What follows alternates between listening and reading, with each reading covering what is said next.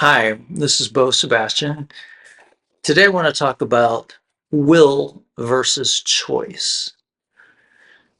What's the difference between will and choice? Do we have choices in life? Is our will, is our strength within us strong enough to make the choice? So there are two different things, choice and will. Let's talk about them. Get on the other side. And let me just tell you a little bit about myself. I'm an author of 13 books and a clinical hypnotherapist. And I am generally talking about spiritual things that involve psychology. Because what I do for work is I help people edit their stories. And a story to me is something you tell yourself about yourself. So you have an I am, and you have a me. The me is the person you're looking at in the mirror.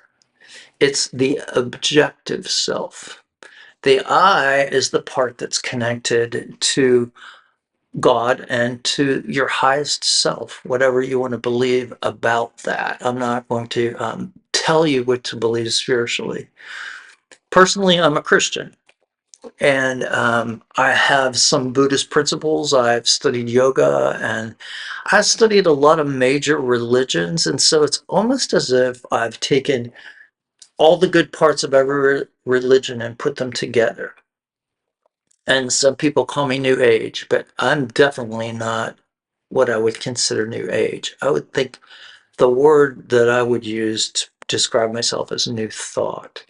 There's a big difference in those two things, and you could research them if you like. But anyway, so I've been doing a lot of thought. I've been having a lot of thought about the difference between choice and will. To me, every day when we get up, we have a desire. We can create a desire to do some things. Like, say, for instance, my desire this morning was to get up at 6, read some spiritual things. I read from maybe 3 different books for about an hour, and then I take a walk or a run. And during that time, I question the Holy Spirit. I question God. I ask my highest self questions. And today was all about will. The reason why is because over the weekend, I hurt my back at the gym. I did a new exercise I had never done before. I was thinking, oh, what if I do this? And it seemed like there would be no way it could hurt me, but it did. It kind of kept me on the couch for 3 days. And um, I think when the physical body is in pain, more of the attention goes onto the physical self, the me, the objective self. And it feels like it blurs or puts a cloud between you and your spiritual self. And I felt like in that time, my will, my desire to do what I wanted to do was lower. But my choice remained intact. And I'll give you an example. I was not able to go out on my God walks. Um, but I felt like I could choose to believe that I could do something else that would allow me to connect. Because I've really come to grow accustomed, I say, to these God walks that I take, because I feel like I come back and I'm just charged with good and loving energy in the day. But during this time, I really, all I could really do was sleep for 3 days. It just felt like um, maybe I needed to recharge. Nothing in the I am changed. In other words, the me seemed to change, but I knew that every cell in my body knew how to heal.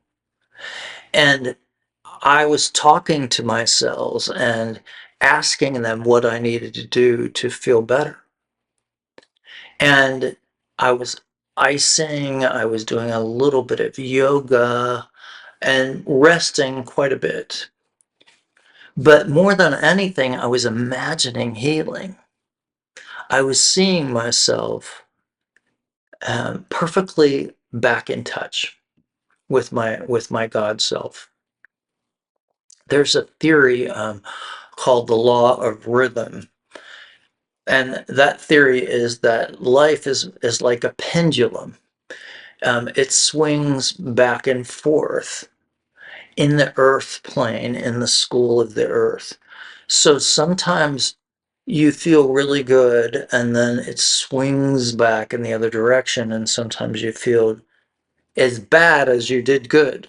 Or you have a real prosperous month, and the next month you'll have an equally lack month. And there is a suggestion in that same law that if you allow the vibrations of your mind to be higher than the polarized place of the brain of the me, of the objective self, if you go up into that higher plane, into the God plane or into the psychic plane, the psychic plane is right above the brain plane, and then the spirit plane is above the psychic plane. So if you go into those two planes above the brain, then what you have is a place where you can basically hide while the rhythm of the pendulum is swinging in the negative place.